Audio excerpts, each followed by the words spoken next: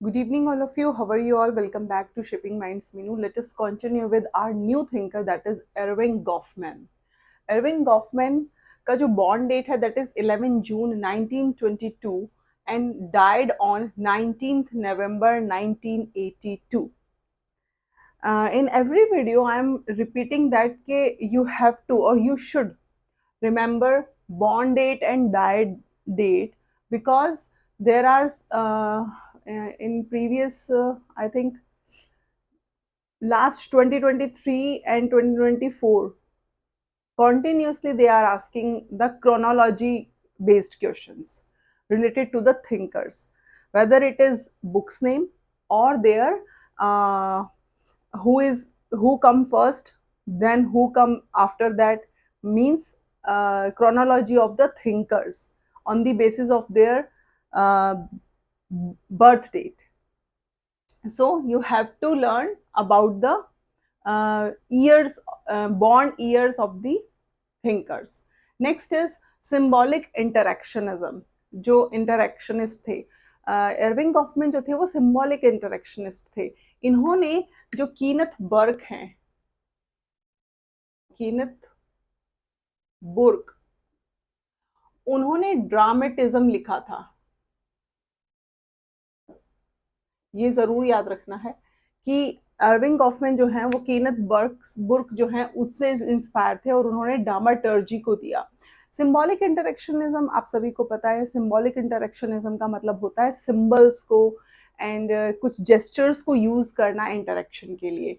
Dramaturgy, Erving Goffman said that we all play a kind of drama in our day to day life. है ना, हम सब एक तरह का ड्रामा ही कर रहे होते हैं अपनी लाइफ में. फॉर एग्जाम्पल, आप जब अपने खुद घर पे हैं अपने फैमिली मेंबर्स के साथ, जो आपके क्लोज वंस हैं उनके साथ आपका बिहेवियर कुछ और होगा. मान लीजिए आप लोगों के बीच में फाइट हो रही है, लेकिन बट जैसे ही कोई बाहर वाला इंसान आपके घर में आया तो सडनली वो जो सिनेरियो है वो चेंज हो जाता है.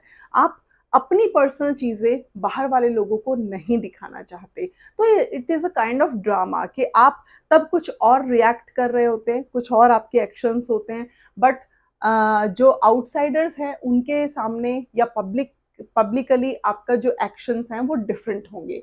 That is dramaturgy. Next is frame analysis. जिस तरह से अल्फ्रेड शूट्स जो थे उन्होंने टाइपिफिकेशन की बात की, means are behaviour depend on the situations. Different situation है ना, कैरेक्टराइजेशन हम करते हैं अपने बिहेवियर का. बिल्कुल उसी तरह से फ्रेम एनालिसिस में एर्विंग गॉफमैन ने कहा कि there are two types of frames, that is first one is natural and second one is social. दो टाइप के फ्रेम्स होते हैं. दैट मीन्स नेचुरल मीन्स जो आप नेचुरली बिहेव कर रहे हैं, एंड सोशल फ्रेमवर्क मीन्स जो पब्लिकली है, जो लोगों के सामने है. आप जरूरी तो नहीं है ना जैसे अपने घर पे रहते हैं वैसा ही आप बाहर वालों को भी दिखाएंगे. That is frame analysis. Total institution means, total institution is the very important concept of Erving Goffman. That means there is no we can say no freedom, absolute no freedom. किसी भी तरह की कुछ ऐसे जगह होती हैं जहां पर लोगों को फ्रीडम नहीं मिलता है. फॉर एग्जाम्पल प्रिजन, है ना, जेल में आपको किसी तरह का फ्रीडम मिलेगा नहीं. आपने क्राइम को कमिट किया है, आप वहां जाएंगे, आपको जेल में डाल दिया जाएगा, वहीं के रूल्स रेगुलेशंस आपको स्ट्रिक्टली फॉलो करने पड़ेंगे. तो प्रिजन जैसे जेल में होता है, एंड देन असाइलम्स, है ना, एक तरह से मेंटल हॉस्पिटल्स जो होते हैं, उसमें भी क्या किया जाता है, जो पेशेंट्स होते हैं उनको बहुत स्ट्रिक्टली रखा जाता है, उनके रूम्स में बांध के टाई करके उनको. तो that is total institution, means no freedom. Next is front stage and back stage. Very interesting concept again. Front stage means जैसा आप लोगों के सामने है आउटसाइड, है ना, जब आप पब्लिकली जो आपका एक इमेज है, आपकी जो पर्सनैलिटी है, for the outsiders that is front stage. But back stage क्या है? बैक स्टेज मीन्स जब आप अपने घर पे आ गए हैं, आप अपने घर पे जैसे हैं जरूरी नहीं है कि आप बाहर भी वैसे होंगे. तो that is two personalities, front stage, backstage. Everyone play all these, we can say, role in their life, है ना, two roles. And एक और होता है that is off stage. One more is there, off stage. What is off stage? Off stage है, मान लीजिए आप जो अपने पर्सनल रिलैक्सेशन के लिए या आपकी जो पर्सनल चीज़ें हैं, उसके लिए जो आप चीज़ें करते हैं। अब मान लीजिए अभी at at present I am teaching you all, है ना? कि मैं आप सभी को पढ़ा रही हूँ, तो मैं एक टीचर हूँ। लेकिन अगर मैं कहीं शॉपिंग करने गई हूँ, मैं कहीं मूवी देखने गई हूँ, मैं फैमिली के साथ टूर पे गई हूँ, दैट इज़ ऑफ स्टेज, क्योंकि तब ना तो वो मेरा टीचिंग का रोल प्ले कर रही हूँ मैं वहाँ पर, ना वहाँ फ्रंट स्टेज, बैक स्टेज की बात हो रही है, दैट इज़ ऑफ स्टेज कि आपकी अपनी पर्सनल जो भी आपकी लाइकिंग्स हैं, आप उन पे ध्यान दे रहे हैं। तो दैट इज़ ऑफ स्टेज। ये एग्ज़ाम में पूछा जा सकता है, so keep in mind. Next is stigma, discredited and discreditable. देखिए स्टिग्मा क्या होता है? स्टिग्मा मीन्स, मैं यहाँ पर इसको लिख देती हूँ, कलंक, है ना? कलंक। स्टिग्मा का मीनिंग होता है कलंक। लाइफ में आप देखेंगे बहुत सारी ऐसी चीज़ें होती हैं जो आपके लिए प्रॉब्लमेटिक होती हैं, या जिन चीज़ों से आप कहीं ना कहीं प्रॉब्लम फेस करते हैं। कुछ स्टिग्मा ऐसे होते हैं जिन्हें डिस्क्रेडिटेबल किया जा सकता है, दैट मीन्स हाइड किया जा सकता है। इसका मतलब है हाइड, जिसे आप छुपा सकते हैं। बट कुछ स्टिग्मा ऐसे भी होते हैं जो डिस्क्रेडिटेड होते हैं, मीन्स आप उनको हाइड नहीं कर सकते। फॉर एग्जाम्पल, सबसे पहले देखते हैं कि कौन से ऐसे हैं जिनको हम हाइड नहीं कर सकते। अगर मान लीजिए कोई इंसान फिजिकली हैंडीकैप्ड है, उसका हाथ नहीं है या उसकी उंगली नहीं है, या वो पैरालाइज्ड है, या वो व्हील चेयर पे है, तो वो क्लियरली आपको विजिबल होगा कि उसका ये जो प्रॉब्लम है वो उसको हाइड नहीं कर सकता। कि कोई किसी का विजन अगर वीक है, या फिर कोई डफ है जिसको सुनाई नहीं देता, तो ये एक ऐसी चीजें हैं जिन्हें आप हाइड नहीं कर सकते लोगों से, वो क्लियरली विजिबल होंगी सबको। बट कुछ चीजें ऐसी होती हैं जिन्हें आप हाइड कर सकते हैं।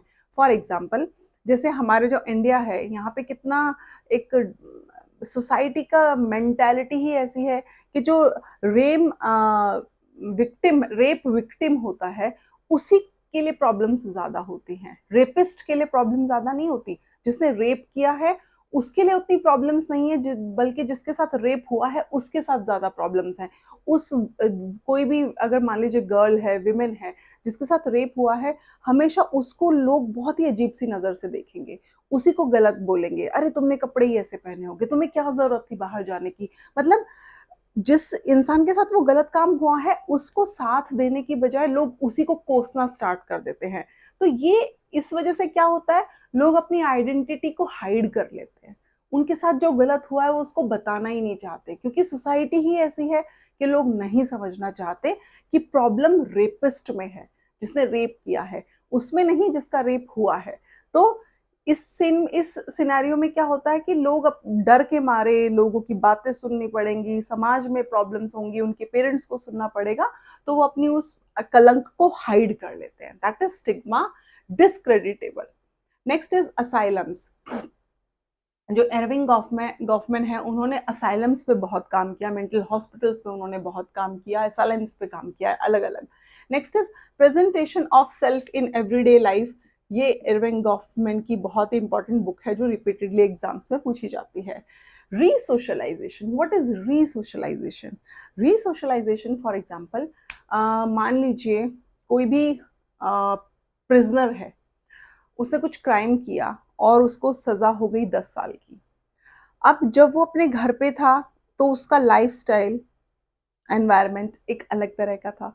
अब उस इंसान को जेल में रहना पड़ेगा, वहाँ के रूल्स अलग होंगे, लाइफस्टाइल अलग होगा, उस इंसान को रीसोशलाइज करना पड़ेगा, यानी वहाँ के एनवायरनमेंट में एडजस्ट करना पड़ेगा। तो उसने क्या सीखा? उसने फिर से रीसोशलाइजेशन सीखा। एक और इम्पॉर्टेंट चीज इसमें एक और एग्जांपल हम ले सकते हैं, जैसे लड़कियों की जब शादी होती है, वो अपनी फैमिली में जैसे रहती हैं, वो उससे जहाँ उनकी शादी हुई है वहाँ पे बिल्कुल चीज़ें चेंज हो जाती हैं। आपको एक इतनी बड़ी फैमिली को संभालना पड़ता है, आपको जाके बहुत सारी चीज़ें करनी पड़ती हैं, मैनेज करना पड़ता है। तो लड़की ने क्या, एक नया रीसोशलाइजेशन सीखा अपने इन लॉज में जाके। तो इसी का ये है रीसोशलाइजेशन का मतलब, यानी आप दोबारा से चीजें सीखते हैं कहीं पे एडजस्ट होने के लिए। पार्टिसिपेंट ऑब्जर्वेशन, जो एरविंग गॉफमैन है, उन्होंने पार्टिसिपेंट ऑब्जर्वेशन के असाइलम्स पे पार्टिसिपेंट ऑब्जर्वेशन किया। रोल डिस्टेंस, रोल डिस्टेंस होता है कि समटाइम्स होता है ना कि जो लोग कॉर्पोरेट सेक्टर में है या जो टीचिंग लाइन में है या व्हाटएवर जो भी उनका प्रोफेशन है, तो या फिर इवन प्रोफेशन ना भी हो, हाउसवाइफ्स है ना, जो घर में रहती है, बहुत बार ऐसा होता है कि वो अपने घर के डेली रूटीन, वही सेम रूटीन से परेशान हो जाते हैं और ऐसा चाहते कि नहीं चलो संडे को तो हमें खाना ना बनाना पड़े, संडे को तो हमें छुट्टी मिले, संडे को चलो हम बाहर खाना खा के आते हैं। इसको बोलते हैं रोल डिस्टेंस, यानी जो आप डे टू डे लाइफ में आपका रूटीन था उससे हट के कुछ चीज करना, उससे एक ऑफ ले लेना एक तरह का, मतलब आप उस रोल से, जो आपका रोल है उससे डिटैच हो जाना। जैसे बहुत बार आप लोगों ने देखा होगा, मैं संडे को वीडियोस कम डालती हूँ, संडे को बस मेरा थोड़ा रूटीन ही ऐसा हो जाता है बहुत बिजी वाला, तो मैं संडे को वीडियोस कोशिश करती हूँ मैं अपलोड करूँ, बट मैं नहीं बना पाती तो मैं नहीं कर पाती अपलोड। तो ये क्या है, ये संडे के दिन मैं अपने रोल से डिटैच हो गई है ना, मैंने उस दिन अपना रोल परफॉर्म नहीं किया। इसको बोलते हैं रोल डिस्टेंस, यानी अपने भूमिका से दूरी बना लेना। एनकाउंटर जो है ये बुक है अरविंद गॉफमैन की, ये याद रखना है। नेक्स्ट इज मिस्टिफिकेशन, ये उनका कॉन्सेप्ट है। मास्क, मास्क होता है आप ऑफ स्टेज, फ्रंट स्टेज पे क्या आप कैसे लोगों के साथ रिएक्शन दे रहे हैं, कैसे उनके साथ कम्युनिकेशन कर रहे हैं, आपका क्या वे ऑफ टॉकिंग है, और आप बिहाइंड द स्टेज कुछ और है, दैट इज आप एक मास्क को वेयर करते हैं। Forms of talk, again Erving Goffman की एक बुक है, ये ध्यान में रखिए please. Next is discrepant role. Discrepant role एक तरह से है, होता है जो रोल आप लोगों से हाइड रखते हैं, जरूरी नहीं है कि आप अपनी पर्सनल चीजें सभी लोगों के साथ उनको वो विजिबल हो clearly, that is discrepant role, यानी आप जो रोल अपना छुपा लेते हैं।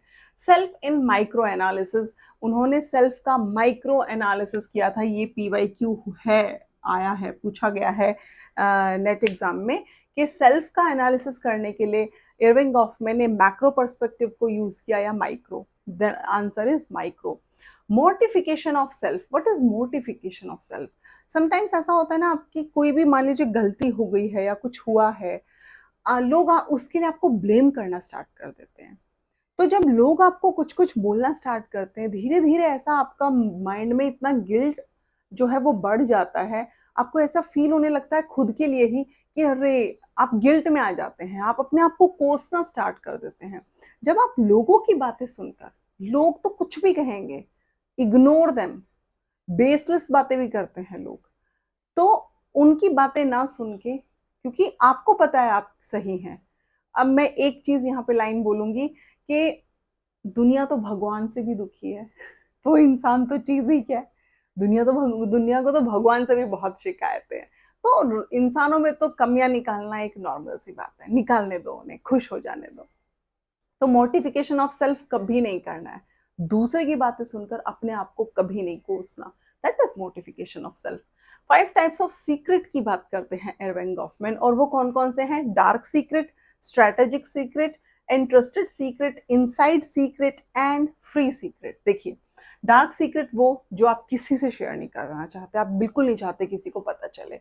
देन स्ट्रेटेजिक सीक्रेट, आप किसी टीम के मान लीजिए किसी टीम का हिस्सा है, तो आप नहीं चाहेंगे ना कि आपकी टीम ने जो स्ट्रैटेजी बनाई है वो दूसरी वाली टीम को पता चले, अगर पता चलेगी तो आपकी टीम लूज हो जाएगी। तो स्ट्रेटेजिक सीक्रेट वो होता है। देन इंटरेस्टेड सीक्रेट, यानी आपकी टीम के कुछ लोगों को उस चीज के बारे में पता हो। देन इनसाइड सीक्रेट, कि आपको खुद को पता है कि हाँ ठीक है, ये चीज है, अब ये और किसी के साथ शेयर नहीं होगी।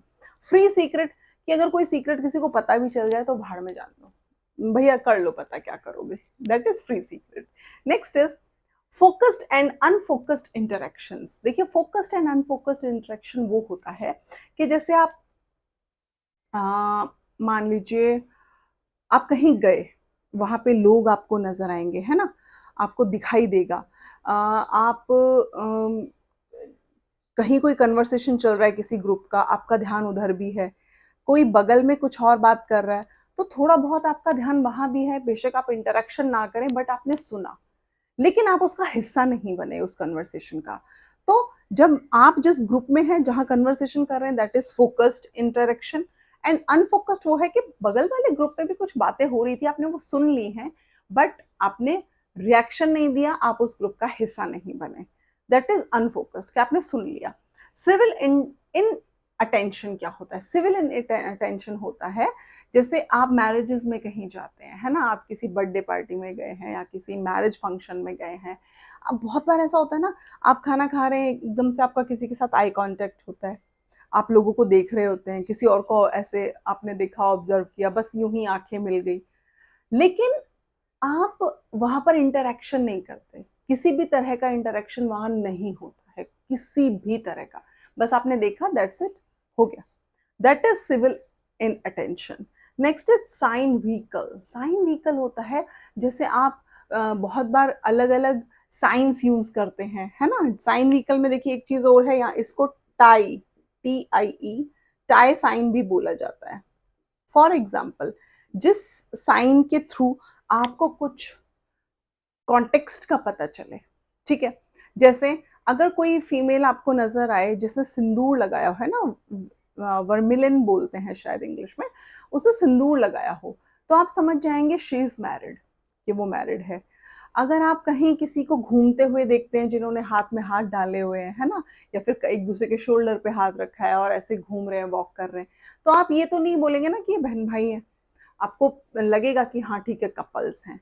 तो जब ऐसे कोई साइंस देखकर डेली लाइफ में आप कुछ ना कुछ कॉन्टेक्स्ट उसका समझ पाते हैं कि ये ऐसी चीज होगी, जैसे सिंदूर लगाया किसी फीमेल ने, तो आप समझ जाते हैं कि शी इज मैरिड, तो उसको बोलते हैं साइन व्हीकल। सिनिक परफॉर्मेंस, देखिए सिनिक परफॉर्मेंस यानी एक तरह से बेवकूफों वाली हरकत है।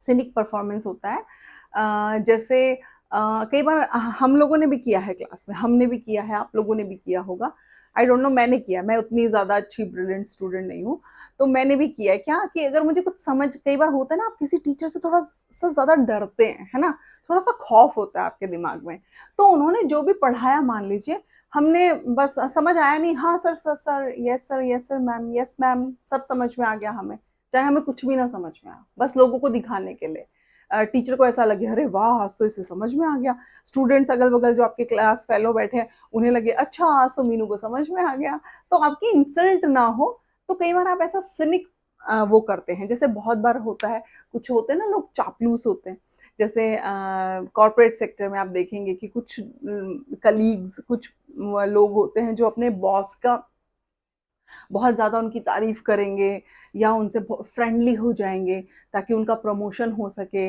या फिर उनकी सैलरी बढ़ सके, कुछ इस तरह की चापलूसी करना एक तरह से, तो वो होता है सिनिक परफॉर्मेंस, उसको बोला जाता है।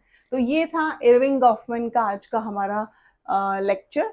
आई होप आप लोगों को समझ में आया होगा, मैं पूरा ट्राई करती हूँ कि मैं अपना 100% दूँ ताकि आप लोगों को अच्छे से समझ में आए, किसी तरह का कोई प्रॉब्लम ना हो। Please do like, subscribe and share my YouTube channel. Next video में मिलते हैं नेक्स्ट थिंकर के साथ, और बस एक या दो थिंकर्स और हैं जो क्या नाम है, 26 थिंकर्स की जो पूरा वो है लिस्ट, उसमें से एक दो थिंकर्स और हैं, देन हम स्टार्ट करेंगे इंडियन थिंकर्स पे क्लास। तब तक के लिए thank you, bye bye and take care.